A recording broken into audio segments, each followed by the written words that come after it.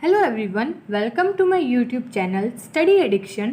आज हम लोग पढ़ने वाले हैं सीबीएसई क्लास 10th हिस्ट्री के फर्स्ट चैप्टर के बारे में, जिसका नाम है the rise of nationalism in Europe. इस चैप्टर के अंदर हम लोग ये पढ़ेंगे that during the 19th century ऐसे कौन से चेंजेस आए यूरोप के अंदर जिसकी वजह से यूरोप के लोगों के बीच में नेशनलिज्म की फीलिंग आई और साथ ही साथ में इन लोगों ने एक नेशन स्टेट बनाने का सोचा। तो स्टार्ट करते हैं अपने चैप्टर को। जब आप अपने चैप्टर का फर्स्ट पेज खोलते हो तो वहाँ पे आपको एक पेंटिंग दिखाई देगी। वो पेंटिंग फ्रेडरिक सोरियो ने बनाई थी इन 1848। अब फ्रेडरिक सोरियो जो थे वो एक फ्रेंच आर्टिस्ट थे जिन्होंने 4 पेंटिंग्स बनाई थी इस टाइम पीरियड के दौरान। उसमें से एक पेंटिंग आपके एनसीईआरटी बुक के अंदर आपको दे रखी है।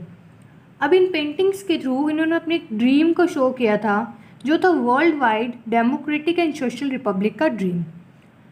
अब वो ये चाहते थे कि पूरी दुनिया के अंदर जो है डेमोक्रेसी हो और साथ ही साथ में सोशल रिपब्लिक हो, यानी कि लोगों का राज हो और मोनार्की जो है वो हट जाए। अब वो अपनी पेंटिंग के थ्रू दिखा रहे हैं कि यूरोप और अमेरिका की जितने भी मैन वुमेन और डिफरेंट एज ग्रुप के लोग, यानी कि छोटे से बड़ा और साथ ही साथ में डिफरेंट सोशल क्लास के लोग जो हैं वो क्या कर रहे हैं, मार्च कर रहे हैं। आप अपनी पेंटिंग को जब ध्यान से देखोगे तो आपको वहाँ पे बहुत सारे लोग दिखाई देंगे जो कि एक दूसरे के पीछे खड़े हैं और वो आगे जा रहे हैं। वो आगे जो है वो होमेज ऑफर करते हुए जा रहे हैं to the Statue of liberty.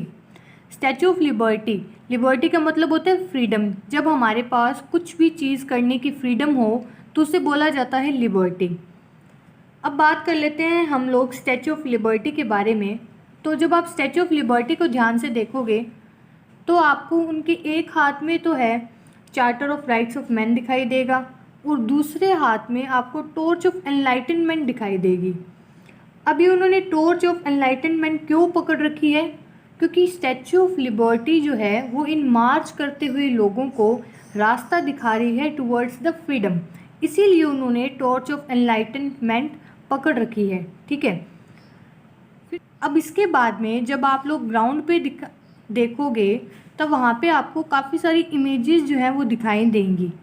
अब ये जो इमेजेस है वो है सिंबल ऑफ एब्सोल्यूटिस्ट इंस्टीट्यूशन का। एब्सोल्यूटिस्ट इंस्टीट्यूशन का क्या मतलब होता है? इसका मतलब होता है एक ऐसी फॉर्म ऑफ गवर्नमेंट जिसके अंदर सिर्फ एक एब्सोल्यूट पावर का जो है राज हो, यानी कि एक किंग का राज हो। मोनार्की को बोला जाता है एब्सोल्यूटिस्ट गवर्नमेंट। ठीक है। अब ये जो इमेजेस हैं इस एब्सोल्यूटिस्ट गवर्नमेंट की, इंस्टीट्यूशन की, वो ग्राउंड के ऊपर बिखरी हुई है, जिसका जो ये शो कर रहा है कि एब्सोल्यूटिस्ट इंस्टीट्यूशन जो है वो ख़त्म हो गया है। ठीक है। और इन्हीं सब को, यानी कि एक डेमोक्रेटिक सोसाइटी का बनना जिसके अंदर सभी लोगों के पास में फ्रीडम हो, और एक एब्सोल्यूटिस्ट इंस्टीट्यूशन को हटाकर लोगों के राज को लाने को बोला गया यूटोपियन विजन। ऐसा क्यों बोला गया? क्योंकि यूटोपियन विजन जो है उसका मतलब होता है एक बहुत ही ज़्यादा आइडियल सोसाइटी जो कि एक्चुअल में एग्जिस्ट नहीं करती है। मतलब कि एक इतनी आइडियल सोसाइटी जिसके अंदर कुछ भी चीज़ गलत नहीं है, सब लोग सब कुछ चीज़ें जो हैं वो बहुत अच्छी हो रही हैं और सभी लोग बहुत खुशी से रह रहे हैं। ऐसी सोसाइटी एक्चुअल में एग्जिस्ट नहीं करती, बिकॉज यूटोपियन विजन के अकॉर्डिंग सोसाइटी जो है उसमें कुछ भी गलत चीज़ नहीं होती। ठीक है। अब फ्रेडरिक सोरियो जो थे उनके यूटोपियन विजन के अकॉर्डिंग वो ये चाहते थे कि पूरा वर्ल्ड जो है वो एक नेशन की तरह रहे और इसी नेशन के जो लोग हैं वो अपने फ्लैग्स और नेशनल कॉस्ट्यूम के थ्रू जो है वो जाने जाएं, यानी कि वो एक नेशन स्टेट बना ले। अब आप अपनी पेंटिंग को और भी ध्यान से देखोगे तो वहाँ पे आपको सबसे आगे दिखाई देंगे यूनाइटेड स्टेट्स और स्विट्ज़रलैंड। वो सबसे आगे किस लिए है? क्योंकि अभी तक, यानी कि 1848 तक उन्होंने क्या कर लिया है, नेशन स्टेट अपनी बना ली है। उसके बाद में आपको दिखाई देगा फ्रांस, जो कि अभी स्टैचू ऑफ लिबर्टी तक पहुंचा ही है। फिर उसके बाद में आपको जर्मनी दिखाई देगी। अब जर्मनी जो है ना वो अभी नेशन स्टेट नहीं बनी है, वो तो बस फ्रेडरिक सोरियो ने अपने एक होप को रिप्रेजेंट किया है 1848 के अंदर कि जर्मनी भी एक नेशन स्टेट बन सकती है, क्योंकि होप इन्होंने इसलिए रिप्रेजेंट की है बिकॉज जर्मनी के अंदर इस टाइम पे बहुत सारी डिफरेंट लैंग्वेज बोलने वाले लोग रहते थे। अब इतनी लैंग्वेज बोलने वाले लोगों का एक नेशन स्टेट के अंदर आना काफ़ी मुश्किल और एक इम्पॉसिबल चीज़ दिखाई देती है, तो इसीलिए फ्रेडरिक सोरेल ने अपनी एक होप को रिप्रेजेंट किया है यहाँ पे। जर्मनी के बाद में जो कंट्री आती है वो है ऑस्ट्रिया, उसको फॉलो करते हैं द किंगडम ऑफ टू सिलेसिस, उसको फॉलो करते हैं लोम्बार्डी, फिर Poland, England, Ireland, Hungary and Russia.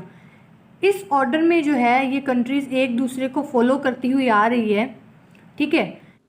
फिर इसके बाद में आपको अपनी पेंटिंग के आसमान में दिखाई देगा कि वहाँ पर क्राइस्ट, सेंट्स और एंजल्स जो है वो हेवन से इन सभी मार्च करते हुए लोगों को आशीर्वाद दे रहे हैं और वो as a symbol of fraternity यानी कि ब्रदरहुड के सिंबल को शो कर रहे हैं, ठीक है। अब ये क्राइस्ट, सेंट्स और एंजल्स जो है वो अभी इन सभी लोगों को आशीर्वाद दे रहे हैं कि आप एज अ ब्रदरहुड रहें और वो as a symbol of fraternity भी यहाँ पे शो किए गए हैं।